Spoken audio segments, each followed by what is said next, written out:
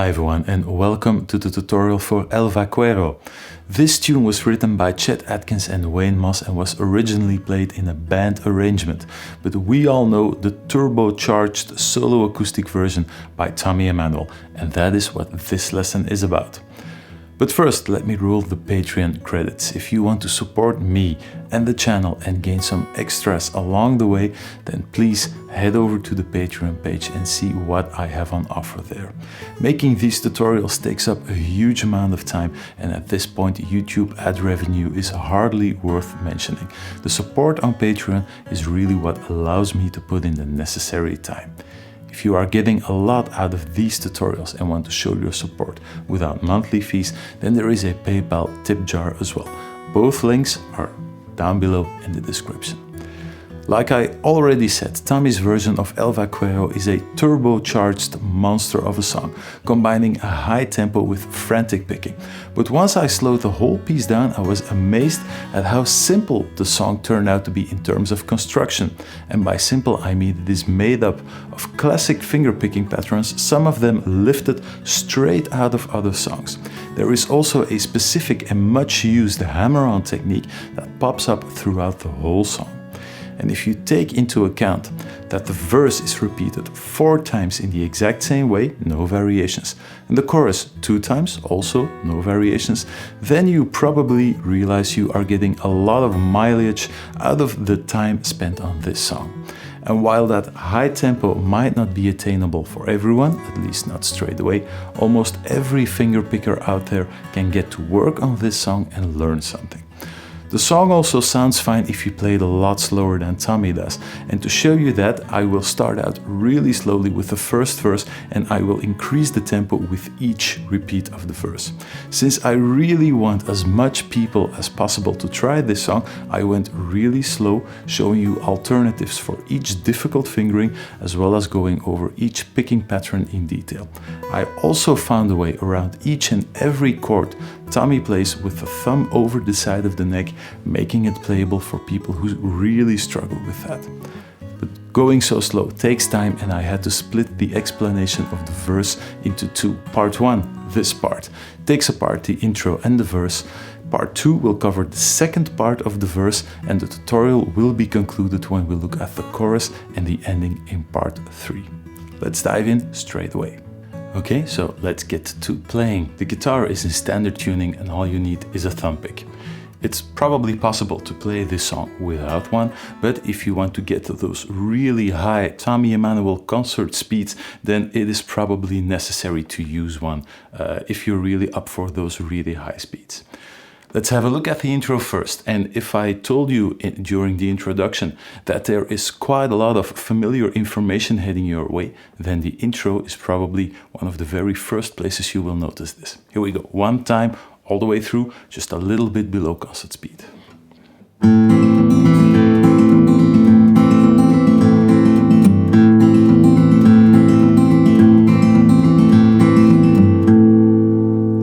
Now, I don't know if that sounds familiar to some of you. For those who have tried to play countrywide, or at least have watched the tutorial I made on that song, it's somewhere here on YouTube, you might notice that this is actually the exact same thing. And this is no coincidence, as if it is true, I did a little bit of research. Countrywide was actually heavily inspired by El Vaquero, the recording by Chet Atkins. So Tommy sort of lifted that intro while he was writing Countrywide. If you know the story, Tommy wrote Countrywide in just a really short period of time, I think 15 or 20 minutes, because they needed something as a sort of an intro theme to a TV show, and he wrote the song in 20 minutes, but he lifted the intro straight off of El Vaquero, the recording as it was done by Chet Atkins. So that is why this sounds quite familiar. For those of you who haven't watched the other tutorial, let me go over it really quickly, but it's nothing too difficult. You're basically having a boom-chick bass pattern across 3 strings, A string, D string, E string, D string, while holding down an A minor chord, 2nd fret, 2nd fret, 1st fret. For those of you who are looking at this kind of songs, you probably know your open chords. So A string, D string, E string, D string. And now we are going to arpeggiate the rest of the chord, mostly in between the bass notes. The very first one is played together with the bass note on the D string,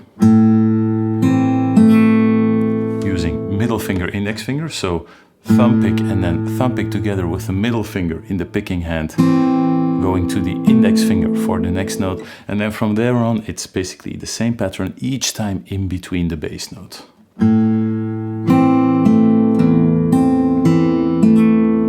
Really slowly, so bass note together, that note on the G string separately,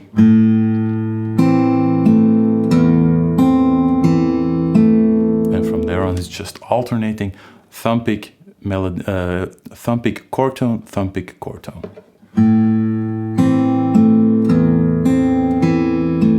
And the pattern is only 2 beats long, so the second half of the bar is just a repeat.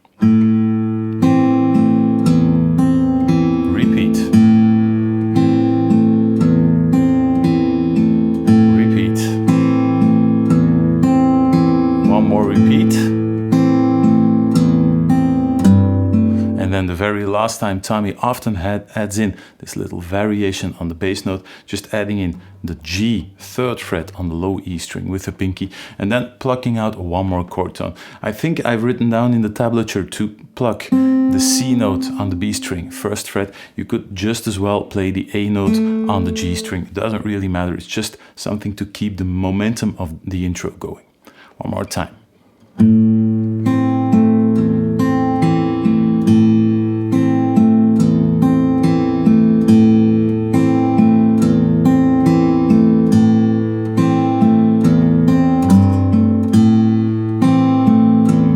The second time around, it's the exact same thing. Now, the single thing will be changed.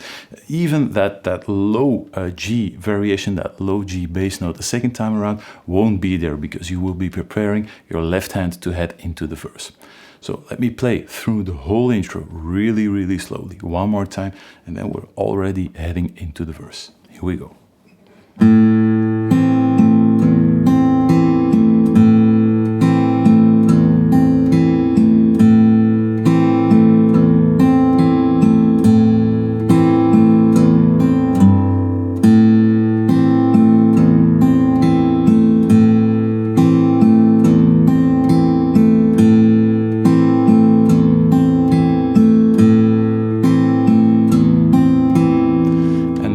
Last time you're just playing the note with the thumb pick, leaving out any extra chord tones so you can really prepare to head into the melody straight away.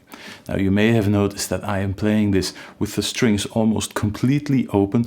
Tommy, depending on which version you're going to check out, plays some variations. Sometimes he mutes this really, really lightly. Sometimes he just leaves it all open, all strings rambling through, just tightening up the muting as soon as he heads into the verse. So with a bit more muting, it sounds like this.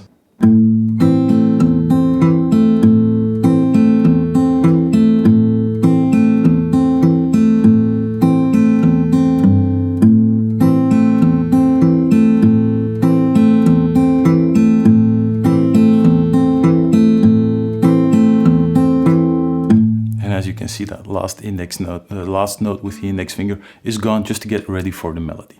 So this is how it sounds with a little bit more muting.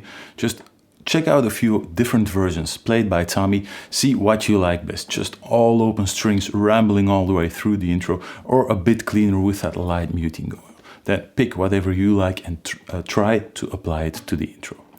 Now it's on to the verse. Now, first of all, the good news. If you play through the verse, it's the exact same thing each and every time.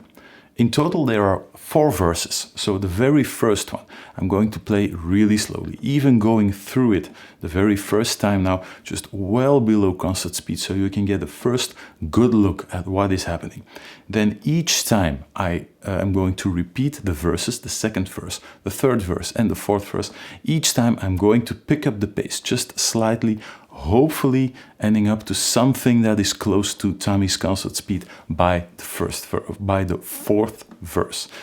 But there is no point in doing that the very first time around. It would just blow by so quickly that it's going to be really hard to get anything out of that first version.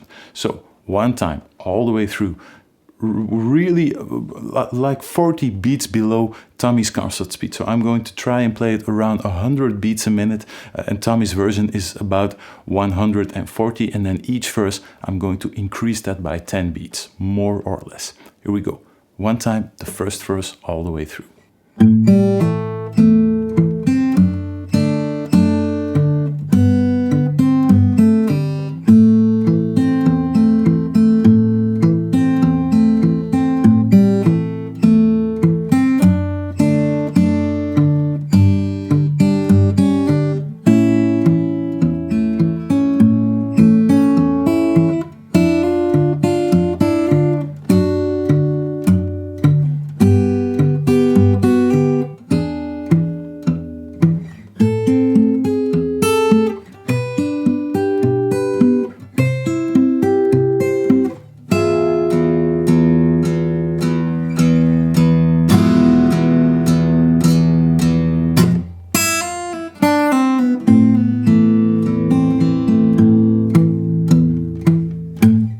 Straight into the next verse. Now, I hope at this slower pace you do get a sense of what is happening, but as always, I'm going to go over it step by step, bar by bar, and show you all the difficult parts. We're starting out in bar 1, we're still holding down that A minor chord we had in the intro, and now we're going to add in hammer-ons to get the melody going. This is quite similar to what you would play in Lateral, one of Tommy's hardest songs. I don't know if you got around to checking out that tutorial, but the concept is basically the same thing. You're holding down that A minor chord, and by adding in different hammer-ons and pull-offs, you're going to create a melody while the left hand keeps going. So, as in Lateral, you're sort of dividing the workload between the left hand and the right hand. To be able to reach those really high speeds, both hands have to work together really efficiently, giving you a chance to pull up or turn up the tempo on the metronome. Let's have a look at that first section, the A minor section. We're still playing the same basic boom-chick pattern as we did in the intro, A string, D string, E string, D string, but we're going to add in a hammer-on starting from the open G string to the second fret. So you have to remove the ring finger to get that open string in the first place, and this is what happens. Open A string, bass note, then in between that bass note and the bass note on the D string, you're playing an open G string. And as you hammer on to the second fret, you play the bass note on the D string. Make sure you line out that timing exactly right. And just play this as a sort of a loop for a while until you can almost do it without thinking about it. So bass note, open string, hammer on, and as you hammer on, play the bass note on the D string. The only thing that is left on this chord is just repicking that A note on the G string a second time as you play the bass note on the low E string.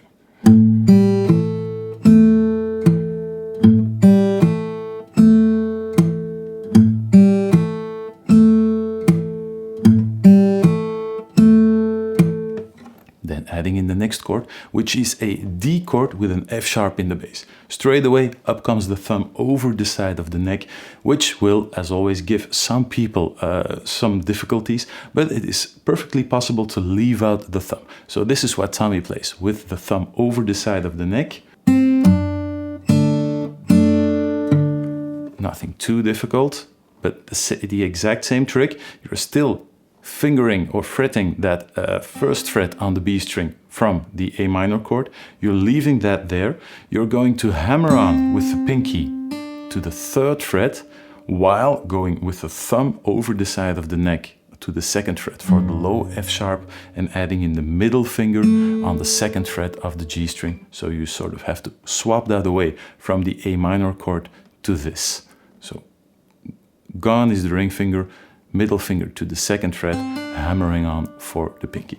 That is if you are using the thumb over the side of the neck.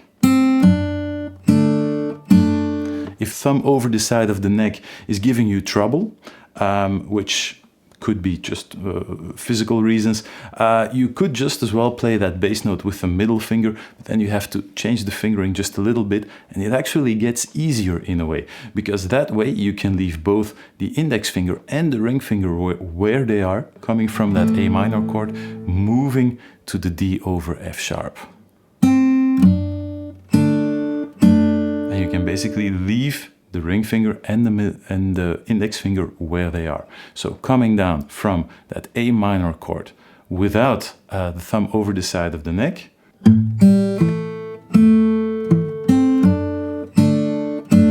is actually easier in terms of fingering than using the thumb over the side of the neck.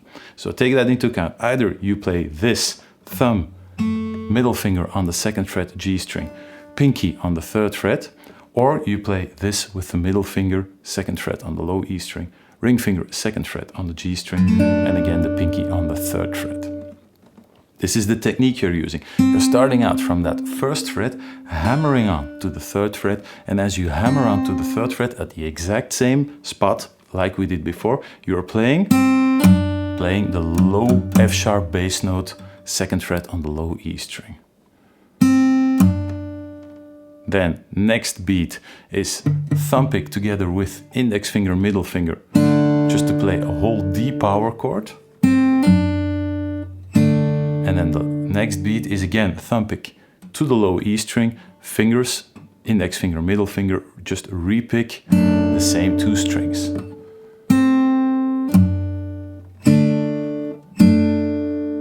See, one more time.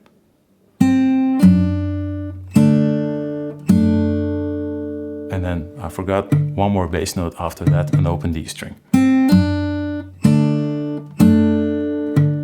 That's the first bar, one time, with the thumb over the side of the neck.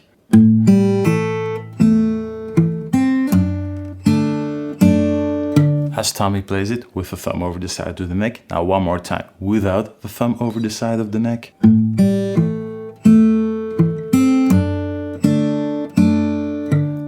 It's almost easier, so that is really good news for those of you who dread using the thumb over the side of the neck. This alternative actually feels easier.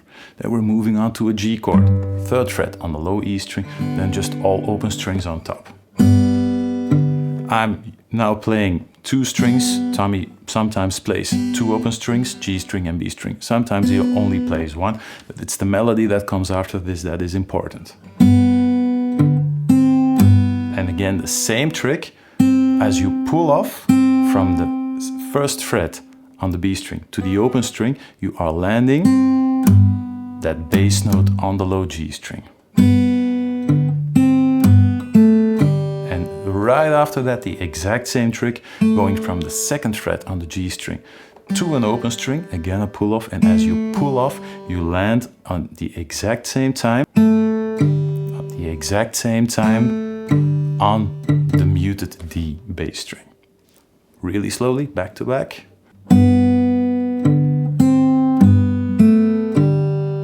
So the melody in itself isn't too difficult. Pull off from the first fret on the B string, C note, to an open B string. A note, second fret on the G string, pulling off to an open G string, but line it out over that bass line. So the first pull off together with the low G bass note, second pull off together with the open D string.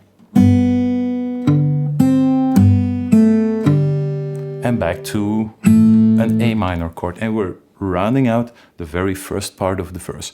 What you play on the A minor chord is basically a variation of what you did in the intro.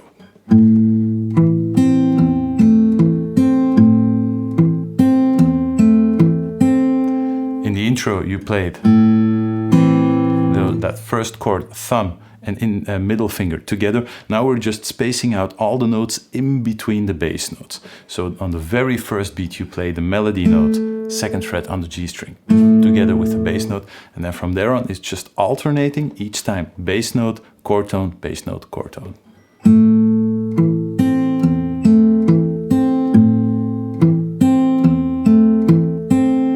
Now, to be honest, Tommy does play this a little bit different each and every time. For him, this is probably an easy part, no matter how fast he plays it. So he plays around. I stuck to this version for most of this lesson.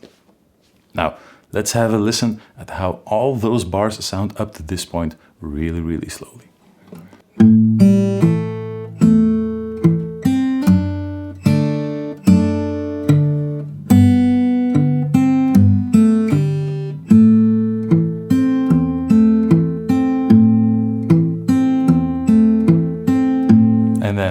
Last bass note was already the first bass note of the next section, and now the first repeats are already coming in, because the next section of the A minor chord is the exact same thing.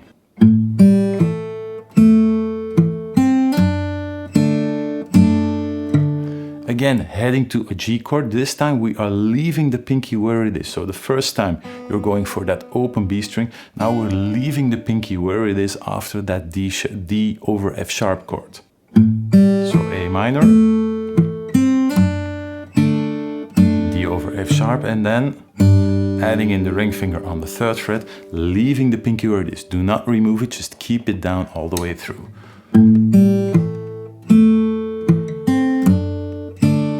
Alternative fingering, just keep the pinky where it is. The exact same trick again, playing chord tone in between, one extra melody note in between the bass note, so bass note, melody note, bass note, and then heading for the C sharp. I'm playing this with a middle finger, and again we're going to hammer on back to the third fret as we play that open D bass string. See, so as the hammer on lands on the third fret, the exact same time we're playing that open D bass string to an A chord. Now watch the fingering, because you're going to play a few different fills here at some point. Tommy doesn't use the typical 1, 2, 3 fingering. He uses middle finger, index finger, ring finger. So all on the second fret, D string with the middle finger, index finger on the G string, ring finger on the B string. So you're starting out with index finger, middle finger on the high E and B string, together with an open A bass string, bass note, and then in between with the index finger, chord tone on the second fret on the G string, another bass note and another chord tone with a middle finger on the B string. We're just keeping down, we're holding down that A chord all the way through. These couple of chord tones are fills, they shouldn't be played too loud.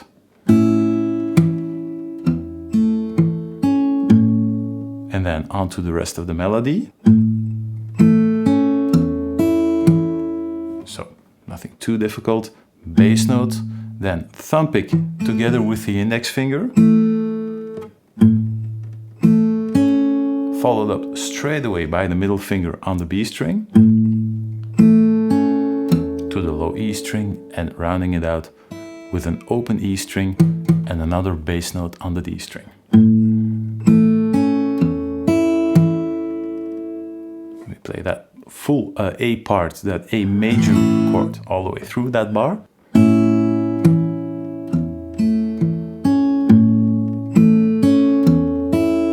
And then into the next section.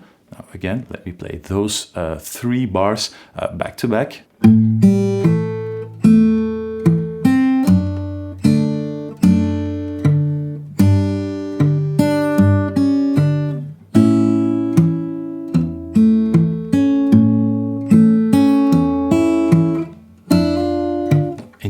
Section. Now, before we continue, let me play these 6 bars all the way through. One thing I forgot to mention in the beginning is that second bar is actually only a bar of 2. So you're playing 1, 2, 3, 4,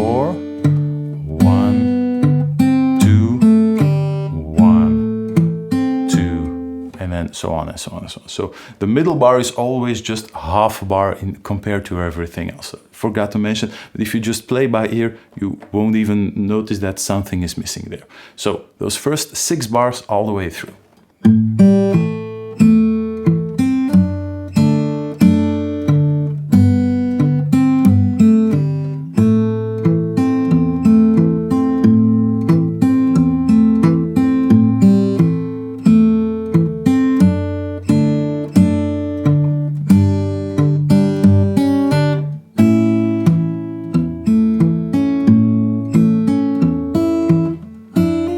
So those were those first 6 bars.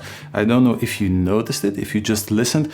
I played the fingering with the thumb over the side of the neck for the first D over F sharp and then the alternative. The second time around, you can't hear any difference. It sounds exactly the same. And that is all for the first part of the verse. I decided to cut it short here, otherwise the first part of the tutorial would turn out extremely long. So for easy navigation, I went for sections of about 20 minutes.